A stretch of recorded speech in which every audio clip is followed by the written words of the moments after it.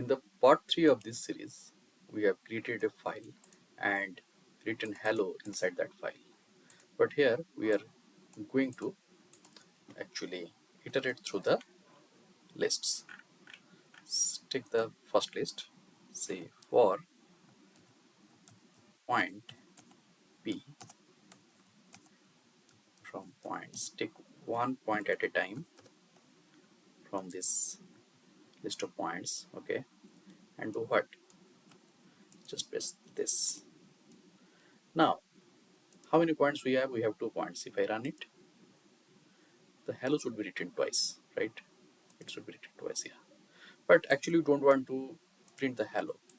If we say P, what will happen? Okay, so this operator is not overloaded for this point class. So instead of doing this, I can do something. Okay, so in the point class, I can implement a function, say get data. It will return a string get data. It will return its own data.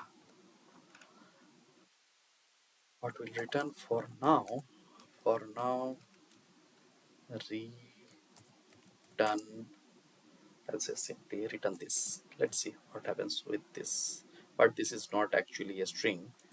Okay, simply say point.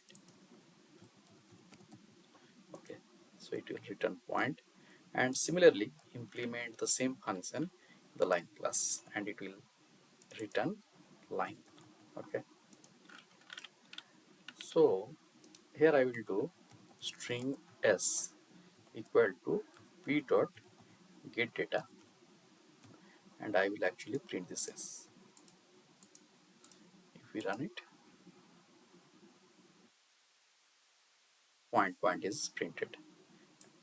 As I've done it for the points, I'll do it for the lines. Okay,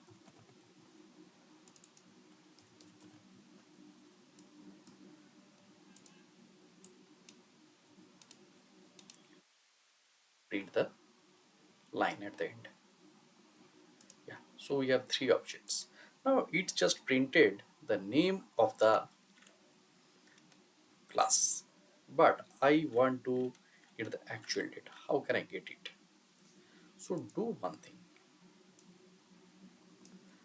uh, I can say make a string s, keep it blank initially, and then do this one. First it will take the name and it will give this way, and just print s. Okay, if I run that one, it will give the point in this format. Next, what I will do, I will say plus equal to x equal to, I am trying to get the format exactly.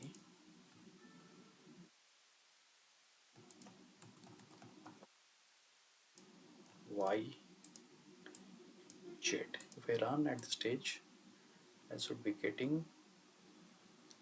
So I'll be writing the data in such a way so that in future, when I'll be reading the file from some other application or this application, I'll be easily parse that file, or uh, I will read the file one line at a time, and then from that one line I will be doing string handling and extract the xyz coordinate for the point and start one endpoint for the line. Whatever information I want, I can extract it.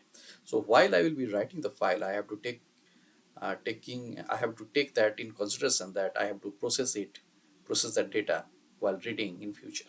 Okay, now I have to actually dub the actual x coordinate, right? And it will be like 2 double or integer x. If I, it will be capital X probably, because the point is capital X, but y does not. To string, it is already double. I have to make it to string. Yeah, to string, and then for the Y, for the Z, I have to prepare the data and add it to the string and then file it and print it. Only I don't do std in, std out, but I do that way. So those data are actually double data type. If you want to keep it that way, it's okay. If you probably there is a better way, you can format it so that there is no extra zeros, trailing zeros. You can do that, but I am not doing at this stage. Okay, I'm keeping that as it is. So your data for point is properly dumped in the file. Now for the line, how you want to do it?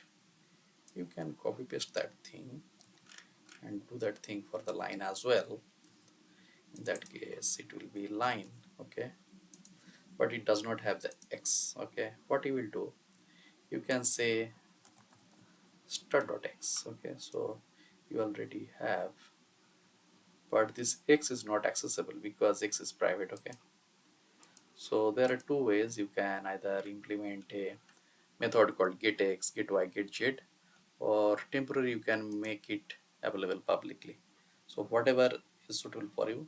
So for now I am making it public, but in actual practice you should keep them private and you should give access specifier like you should make, you should provide public accessor like getX, getY, getZ. But I am lazy and I am and to make it public at this stage. And similarly you can do this one. I immediately noticed there is a problem. It should be y and I have to correct it in point also. Okay, that's why probably I am getting wrong data here. Okay, so if I run it, I will be getting data for the only the start point, but line data must return a value. Yeah, what did I miss that? Yes, I missed that. And if I do it, I'm getting data like that. X, Y, Z it's saying, but actually it is a x1, y1, z1. And for endpoint, I can say that it will be x2, y2, and z2. In that case, it will be end, right? Because it is from the endpoint. If you do like that, the data will be printed like that way: x1, y1, z1, x2, y2, z2. So it will be better if you can give some delimiter between this z1 and x2, and that's why I kept this blank. You can keep a delimiter like a semicolon or whatever is the way. For example, when you are trying to split it, you can split it with a colon. The first part will give you the class name or the object type, and the remaining will be the data.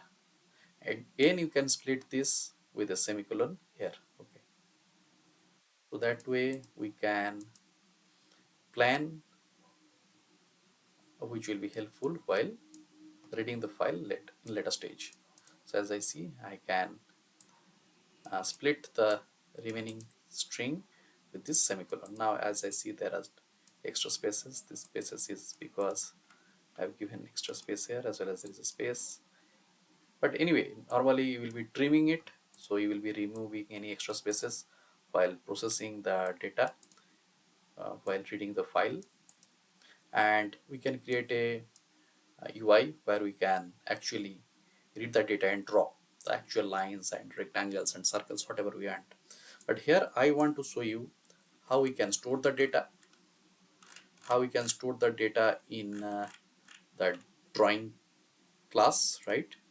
And then we can actually dump the data in a file.